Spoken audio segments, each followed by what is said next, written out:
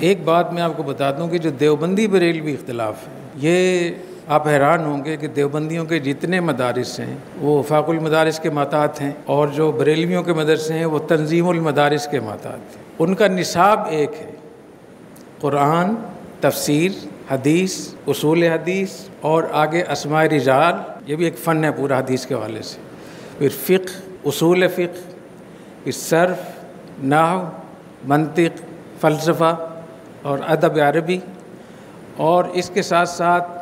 عقائد، جو عقائد کی کتابیں ہیں نا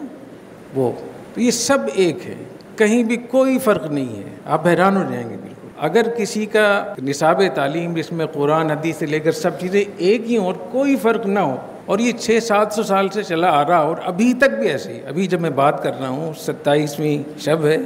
1444 ہجری، 17 اپریل 2023، اس تاریخ تک ان دونوں مکتب فکر کا نصاب تعلیم مکمل، درس جامع جو 8، 10، 11 سب ایک، کہیں کوئی فرق نہیں ہے۔ وہی ہدایہ ان کے ہاں پڑھایا جاتا ہے، وہی ہمارے ہاں پڑھایا جاتا ہے، وہی قدوری ان کے ہاں پڑھائی جاتی ہے، وہی شرح العقائد ہمارے ہاں پڑھائی جاتی ہے، وہ ان کے ہاں پڑھائی جاتی ہے، وہ تفسیر جلالین اور تفسیر بیضاوی ہمارے ہاں پڑھائی جاتی ہے، ان کے ہاں سیاہ ستہ ان کے ہاں پڑھائی جاتی ہے، ہمارے ہاں پڑھائی جاتی ہے، وہی صرف، نہ وہی فقہ، حتیٰ کہ امام بھی ایک ہے۔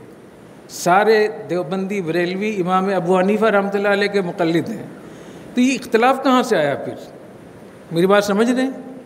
اس سے معلوم ہے کہ مفتی شفیع صاحب رحمۃ اللہ علیہ کا جو مشن تھا وہ بالکل صحیح تھا، اس کو ہمیں آگے لے کر چلنا چاہیے، اور کچھ بھی نہیں ہوتا ہے۔ تبلیغی جماعت کا کوئی اس میں بینر لگا ہوا ہے کہ دیوبندیوں کی، بریلویوں کی، جو بھی جاتا ہے نہیں جاتا، اس سے معلوم ہوا کہ اس ٹائٹل کے بغیر بھی کام ہو سکتا ہے۔ بہت سارے جھگڑے لوگوں نے مناظرے کر کر کے، کسی مسئلے میں غلو کر کر کے اس کو بنا لیا ہے ایمان کا مسئلہ، حالانکہ ایمان کا مسئلہ نہیں ہے، اور